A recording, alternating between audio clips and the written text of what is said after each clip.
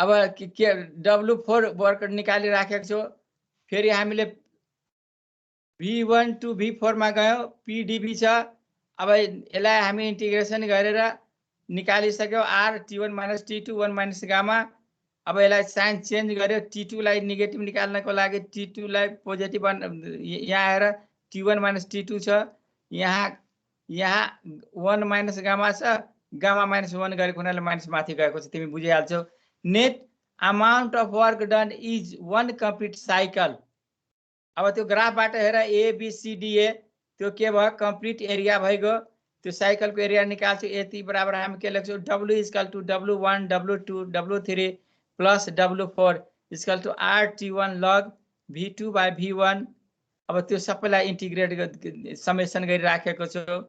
अब Q1 को value राख्यो, Q2 को भ्यालु राख्यो, Q3 को भ्यालु राख्यो, Q4 को भ्यालु राख्यो र यसैले सिम्प्लिफाई गर्दाखेरि W बराबर तिमीले RT1 log V2 by V1 minus RT2 log V3 by V4 निकाल्यौं।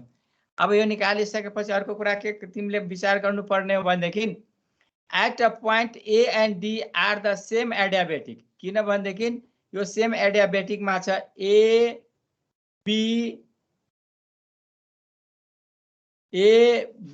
C D अनि फेरि के छ भने D2A गएको छ भनेदेखि A and D are at the same adiabatic मा छ। त्यसै कारण यो हाम्रो फर्मुला छ T1 V1 gamma -1 = T2 V4 gamma -1। अब यसलाई क्याल्कुलेट गरेर T2 T1 V1 by V4 gamma -1 गर्यो। The point B and C are on the same adiabatic। त्यस्तै गरेर अर्को पोइन्टमा हामीले निकाल्दियो, AD को निकाले जस्तै BC को पनि निकाल्दियो। T1 V2 gamma 1 minus = T2 gamma 3 gamma -1। अब यसलाई T2 by T1 V2 by V3 all over gamma -1 निकाल्यो from the equation 6 and 7।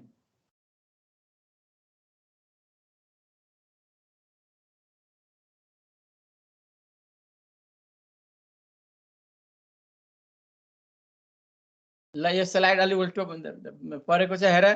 त्यही पनि तिमीले यहाँ त्यस्तै गरेर हामीले क्याल्कुलेट गर्यो। अब त्यही माथिबाट V1 V2 निकालिसक्यो, फेरि यो क्याल्कुलेसन गरेर W को पनि निकाल्यौ। अब यही भ्यालुहरु राखेर कन्भर्सन गरेर तिमीले क्याल्कुलेट गर्न सक्छौ। लास्टमा तिमीले W निकाल्न सक्छौ, W = Q1 - Q2 भइगयो। Net amount of heat absorb by the working substance भनेर तिमीले इफिसिएन्सी = सो मच निकाल्छौ। अनि त्यही क्याल्कुलेटर इफिसिएन्सी = के हुन्छ, efficiency = 1 - Q3 by Q1 by Q2 = 1 - T2 by T1। यसरी तिमीले के हेर्यो भनेदेखि कार्नोट इज यसलाई हामी के भन्छौँ, the Carnot engine is perfectly reversible. It can be the operated in reverse direction also then it work as refrigerator। all practical engine have efficiency less than the Carnot engine। Carnot engine को जति efficiency हुन्छ त्यो सबै इन्जिनको efficiency भन्दा बढी हुन्छ। योबाट तिमीले के बुझ्यौ भनेदेखि कार्नोट इन्जिनको इफिसिएन्सी भनेको अब जतिसम्म तिमीले पढेको छ steam engine, petrol engine, diesel engine, combustion engine, जतिसुकै इन्जिन छ त्यो सबै इन्जिनको इफिसिएन्सी के हुन्छ भनेदेखि लो हुन्छ as a respect to the Carnot engine. त्यसै कारणले कार्नोट इन्जिनलाई हामीले प्र्याक्टिकल इन्जिन भन्दैनौँ, यो हाइपोथेटिकल इन्जिन हो। किन, तिमीलाई थाहा छ इनर्जी हिट लुज गर्छ due to the conduction, friction, radiation. यी कुराहरूलाई हामीले डिजाइन गर्दाखेरि मिनिमाइज गर्न सक्छौँ तर 100% जिरो गर्न सक्दैनौँ। फ्रिक्सन जिरो बनाउन सकिन्छ? हेलो क्लास, सकिँदैन सर। हो, त्यसै कारण यो एलिमेन्टलाई हामीले मिनिमाइज गर्न सक्छौँ, यसलाई हामीले कम्प्लिटली रिमुभ गर्न सक्दैनौँ। रेडिएसन, अब तिमी थर्मस फ्लास्कको कुरा गर्छौ भने थर्मस फ्लास्कमा हामी जुन टेम्परेचरमा केही कुरा कन्टेन गरायो भने त्यो अल ओभर त्यो त्यही टेम्परेचरमा बस्छ। हेलो क्लास, त्यही टेम्परेचरमा रहिरहन्छ सधैँ? सधैँ त रहिरहँदैन किन भाइ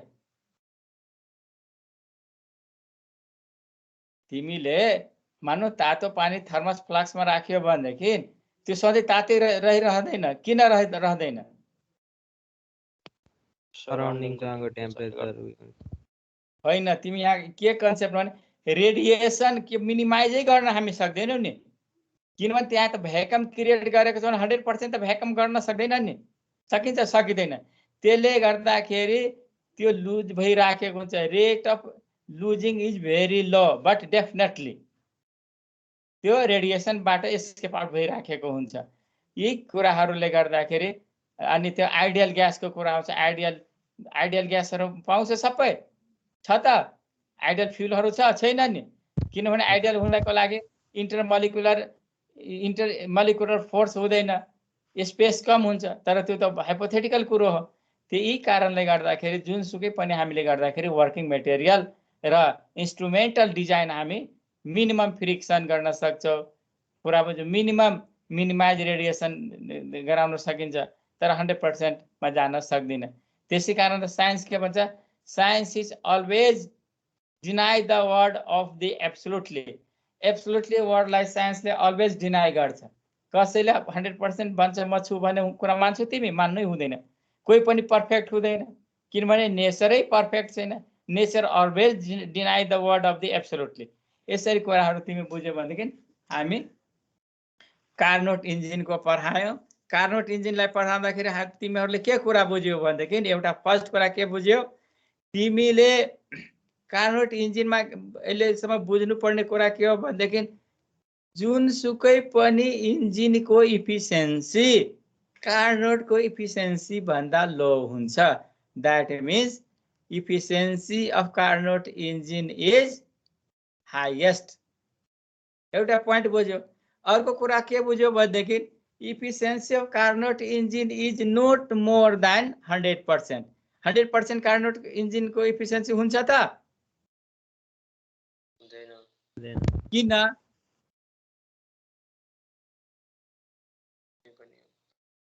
अब हेर यहाँ मैले फर्मुलै तिमीलाई भने किनको एन्सर म दिन्छु हेर किन भन्दाखेरि इटा इक्वल टु तिमी के लेखिराखेको छौ 1 माइनस Q2 बाई Q1 छ कि छैन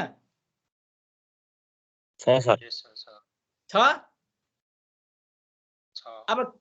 अब तिमीले के हेर्यो भनेदेखि अब यहाँ तिमीले Q2 बाई Q1 लेख्दाखेरि तिमीले के देख्यौ भनेदेखि Q2 के भयो त अमाउन्ट अफ रिजेक्सन हिट छ अमाउन्ट अफ रिजेक्सन हिट के तिमी 0 गर्न सक्छौ त Q के 100% हुन्छ त हुँदैन नि त्यसै कारणले तिमीले केल्भिनको ल पढाएको छौ अहिले भर्खरै तिमीले के भन्यो भनेदेखि केल्भिनले के भनेको छ भने it is quite impossible to design a engine which is abstract amount of heat from the working amount of heat taken from the source and wholly convert into the useful mechanical work भनेको छ कि छैन भन्दाखेरि जति उले Q1 amount of hit लियो भने Q1 100% mechanical W मा convert गर्न सक्छ सक्दैन नि त्यसै कारणले गर्दाखेरि उले केही न केही इनर्जी डिसिपेटेड भइराखेको हुन्छ लुज भइराखेको हुन्छ त्यो लुज इनर्जीलाई नै उले Q2 भनेको छ जुन इनर्जी हामी सिङ्कमा फालिराखेको छौँ र यहाँ जनरली कुरो गर्दाखेरि रोडमा गाडीबाट एक्जस्ट धुवाबाट फालिराखेको छ त्यो हो उसको लागि एन्भाइरोमेन्ट भनेको सिङ्क भएको त्यसै कारणले 1 बाट Q2 बाई Q1 सबट्र्याक्ट गरेको हो भन्ने कुरा तिमीहरूले बुझ्यौ यसरी पनि तिमीहरूले कुरा बुझ्न सक्छौ र यसै कारणले गर्दाखेरि इफिसियन्सी नो 100% भनेर भन्नु दुईटा पोइन्ट तिमीले कार्नोटबाट बुझ्यौ कि कुनै पनि अब यसलाई हामीले रिभर्सेबल कार्नोट इन्जिन भनिदिन्छौँ रिभर्सेबल कार्नोट इन्जिन भन्न बित्तिकै तिमीले धेरै नि क्लाउसियसमा फेरि जाऊ क्लाउसियसले के गरिदिएको छ भनेदेखि it is quite impossible to design an engine which is extract amount of heat from the low temperature body to deliver amount of heat to the high temperature without any additional work done on the engine or system. भन्दाखेरि तिमीले लो टेम्परेचरबाट high टेम्परेचरमा एनर्जीको flow गराउन सक्छौ? सक्दैन भन्ने कुरा कसले भन्यो? क्लाउसिसले भन्यो। यसरी क्लाउसिसले भनेको कुरालाई हामीले एप्लाई गर्दाखेरि हिट इन्जिनको रिभर्स वेमा काम हुन्छ, त्यसलाई हामी रेफ्रिजरेटर भनिदिन्छौँ। वा सिम्पल कुरो हो, हिट इन्जिन पनि बुझ्यो, रेफ्रिजरेटर पनि बुझ्यो, इफिसियन्सी बुझिहाल्यो। यो कुराहरू बुझिसकेपछि नेक्स्ट क्लासमा मैले तिमीहरूलाई कार्नोट थ्योरम पढाउँछु। कार्नोट थ्योरमको दुईटा पोइन्ट छ।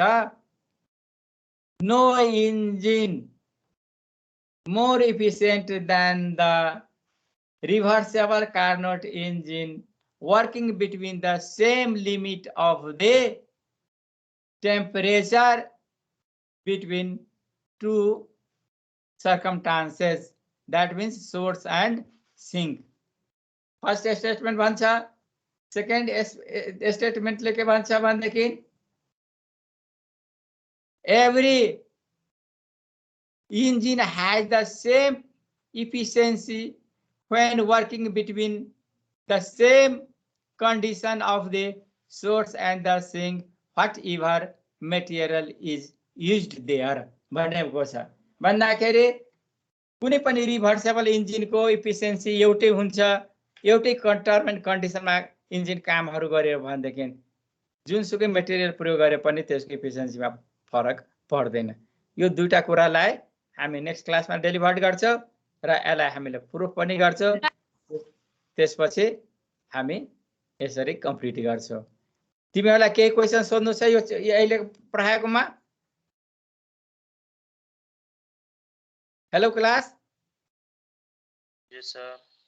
केही सोध्नु छ? कार्नेट इन्जिनमा कति हुन सक्छ सर? कि त्यो केसँग डिपेन्ड? के भन्नु? फेरि मैले क्वेसन बुझेन, फेरि भन त। कार्नेट इन्जिनमा नि हो म्याक्सिमम इफिसियन्सी कति हुन सक्छ भन्ने? हो, अब यो न्युमेरिकल डाटामा हामी बोल्दैनौँ। अब कति हुन्छ एफिसियन्सी म्याक्सिमम भनेको 1 - Q2/Q1 दिएको छ। अब Q1 के हुन्छ भनेदेखि बढी भयो भनेदेखि हाम्रो इफिसियन्सी बढी हुन्छ। Q2 कम हुनु पर्यो, मिनिमम इनर्जी डिसिपेट हुनु पर्यो। त्यसै कारण यसलाई न्युमेरिकलमा हामीले यति % हुन्छ भनेर ठोक्वा गर्दैनौँ। यसको हामीले यो म्याथमेटिकल डेरिभेसनमा त्यो डिफ्रेन्ट फ्याक्टरहरू छ। जस्तै मैले भने नि वर्किङ मेटेरियल कस्तो डिजाइन गरेको छ, के युज गरेको छ, त्यसको कुन मेटेरियलबाट इन्जिन डिजाइन गरेको छ, त्यसमा फ्रिक्सन कतिको छ, त्यसमा रेडिएसन को प्यारामिटरको कति कन्सिडर्ड गरेको छ, यी कुराहरूमा राखेको छ। त्यसै कारणले हामीले यसलाई लेस देन 100% भन्छौँ। त्यसै कारण तिमीले भनेको वर्डको एक्ज्याक्ट 80% 50% भनेर भन्न मिल्दैन, तर हामीले यसलाई के भन्छौँ? लेस देन 100% भन्छौँ। बुझ्यो कुरो त? Thank you sir. ल thank you. Left the class. Okay, thank you.